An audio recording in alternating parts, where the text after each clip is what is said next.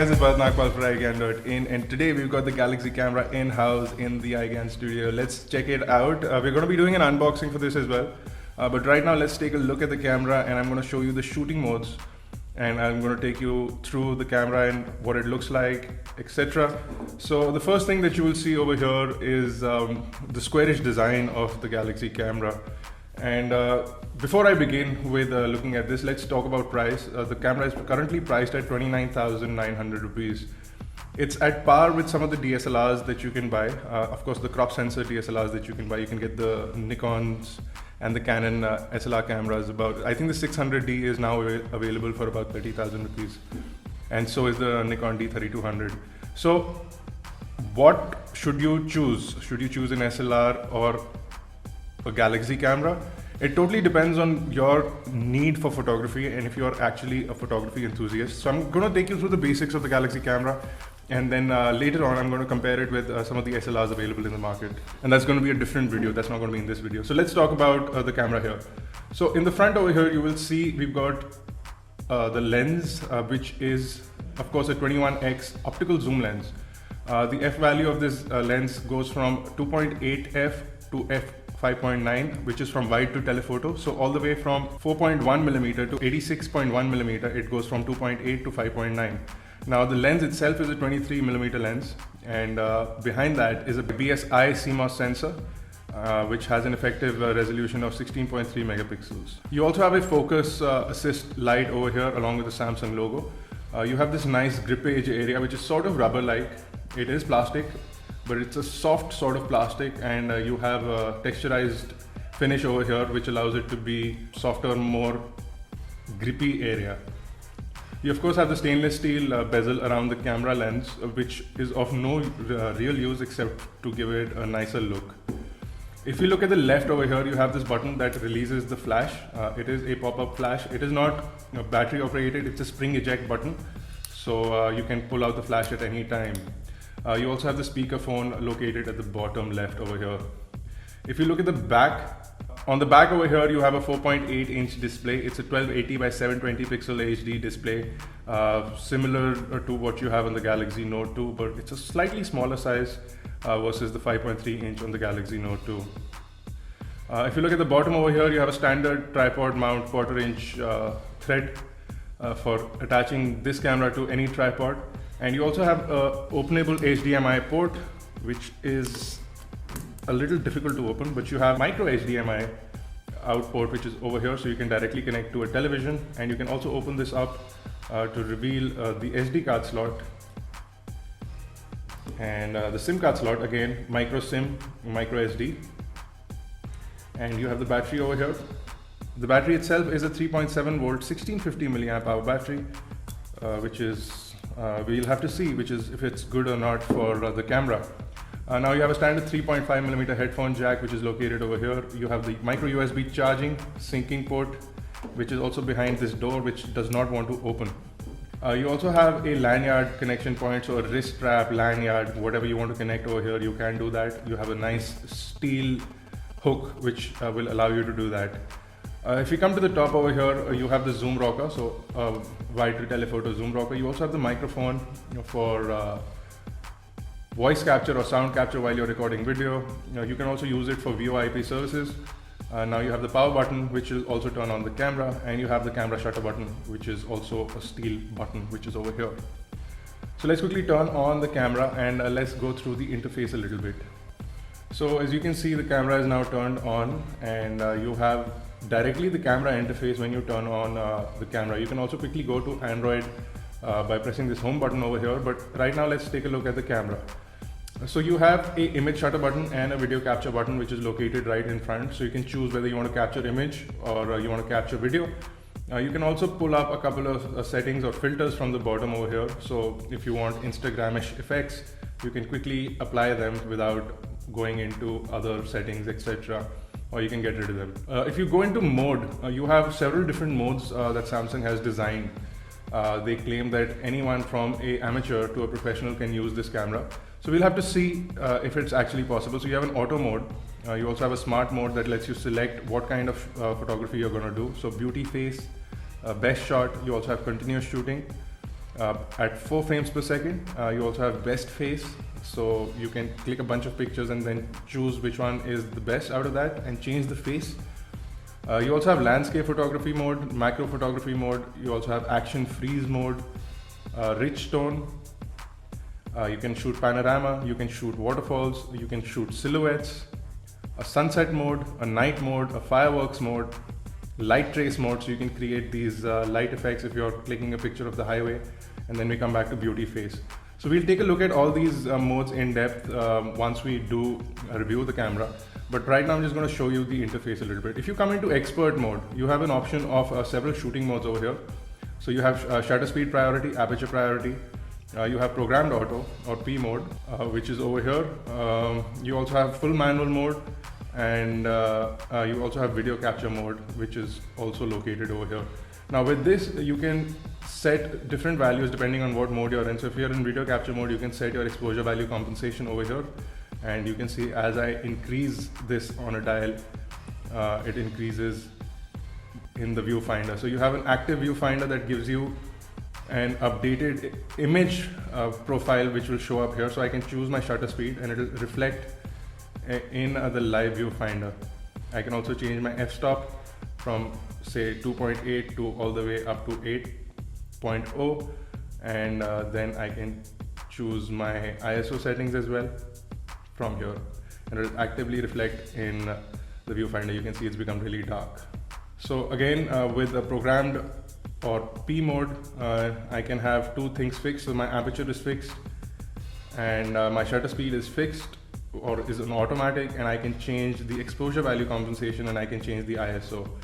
With aperture priority, my shutter speed is automatic and everything else is manual. And with shutter priority, my shutter speed is manual, my aperture is fixed, and everything else is manual. So you have a couple of options.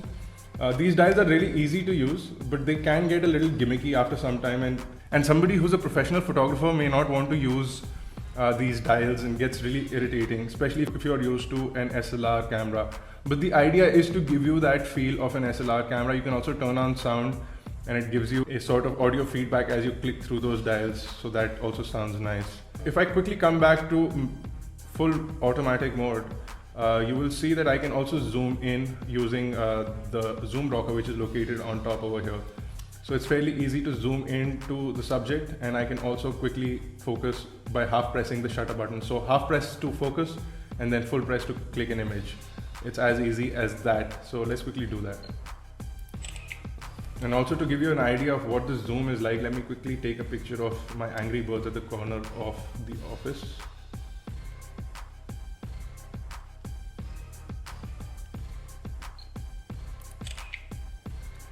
So if we jump into preview, you can see that's quite a crisp image from quite a distance. If I give you an idea of how far the angry birds are, otherwise you can see that's where the bird is, and this is what the zoomed in image looks like. So you also have image stabilization, which is inbuilt into the camera. So shaky hands like mine will do fairly well with this camera.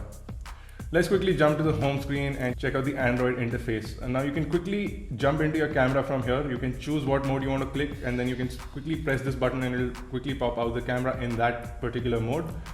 You can also choose from fireworks, etc., depending on what you need. Of course, you have Instagram pre-installed over here because this is the camera and you would want to use that. You can add your accounts and have your images show up in this widget. So you can add your Flickr, etc., to have them show up here. Go further right, you have the standard Android interface of TouchWiz. You can add home screens up to 7, and you can also remove them if you don't need them. You can just simply drag and drop them. It's as easy as that. So you have the standard Android Jelly Bean infrastructure over here. You can quickly turn on Wi-Fi, GPS, vibration, screen rotation, Bluetooth, etc. And if you take a look at this over here, you have the standard notification panel. If we quickly go into settings from here, I'm going to quickly jump down to about device, and I'm going to show you that it's running Android 4.1.1, and it is on Jelly Bean. You also have Google Now. You can insert a SIM card, so you have 3G on the go. Hopefully someone will actually install a phone dialer on this by routing it, etc. I don't know, maybe it will be available soon. It seems like it has the same chipset that is available on the Galaxy S3. So it should be fairly easy to turn this into a phone as well. Currently that option is not available. If you look at all apps, you have the standard app structure over here. You also have a couple of Samsung proprietary applications installed for ease of use. So you have a Samsung App Store over here. You also have the Photo Wizard application. The Dropbox is pre-installed. You also have S Suggest, which is again installed. S Paper Artist is also pre-installed, and that's about it. You don't have S Note, which is something which I would have liked. You also have something called Video Editor, which allows you to edit your videos on the go. You can also choose themes, etc. So now that we are on this, let me quickly connect to Wi-Fi, and I'll show you what the browser and all looks like and how it plays back video, etc.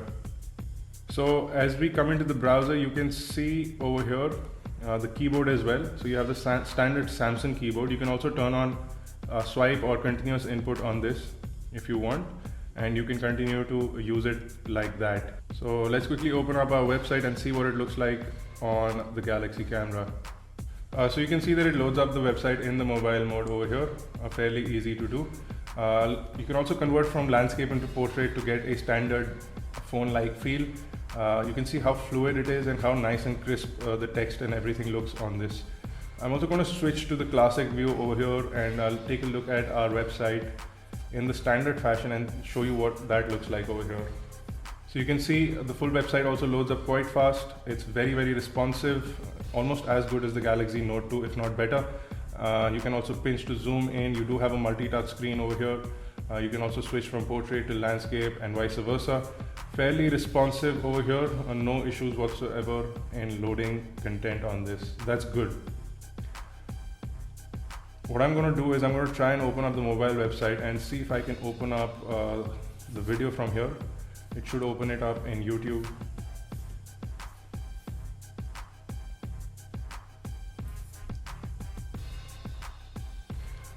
You also have this button. The zoom button is also used as a volume rocker. So this is also your volume rocker.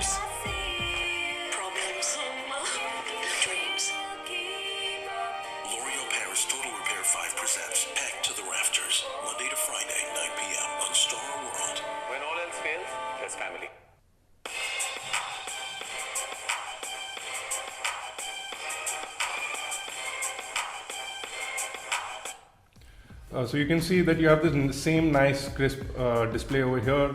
You have a very nice and loud speakerphone which is located on the left, specifically for playing back your own videos. But within video itself, it's looking really nice. You can also set it up as a screen like this, which is something that you don't have on a smartphone. I don't know if you can set it up vertically though. You can even set it up vertically and it stands up quite straight, so no problem with that. You can set it up horizontally as well, so a great feature in that as well. Let me quickly compare it with a camera. Now just to compare it in size, we have the Canon EOS M over here, and this is their new micro four thirds camera that has a CMOS sensor inbuilt. It's actually an APS-C size sensor, so that's a fair idea of what a traditional camera versus what the Galaxy camera looks like. Now the Galaxy camera is a point and shoot camera, so that is something that you need to consider. The fact that it also has full-fledged Android and connectivity, you have 3G, you have Wi-Fi, is what sets it apart. Whether or not it's a good camera is something that we'll have to actually test out before we can tell you guys. But this is just a basic size comparison with some of the cameras that I have with me right now. So that's the EOS M. I also have the RX100, which is a traditional point and shoot camera, which is over here. You can see that if I turn on the camera over here, this is what the lenses look like. Now you have a nice and large one type sensor on this, which is approximately a 1-inch sensor. So it's a nicer and larger sensor compared to this. You have more detail in images. I don't know what the Samsung camera performs like because I haven't actually used it on site. So I'll actually use this camera a little bit before I can come back with a detailed review on it. But this is, again, like I said, a quick size comparison with the RX100. Now approximately same prices for both the cameras. The Galaxy camera is a connected camera for about 30,000 rupees. The RX100 is a proprietary camera for about 30,000 rupees. Now, as I said, you can shoot video in this as well. So optical zoom within video, you have full HD video, and you have an Android experience. So you can call it a camera with an inbuilt 5-inch or a 4.8-inch tablet. You can call it a smartphone shell with a camera inbuilt into it. You can call it whatever you want. Samsung calls it the Galaxy camera, and we'll be coming back with a full review for this. If you have any questions or queries, you can check out the full details of the Samsung Galaxy camera on iGyaan.in, and you can also leave a question in the comment section below or on Facebook, Twitter, Google+. Do subscribe to us on YouTube, on youtube.com/iGyaan, youtube.com/iGyaanTV for more updates on the Galaxy camera and other devices in the future. And until I see you next time, guys, thank you for watching.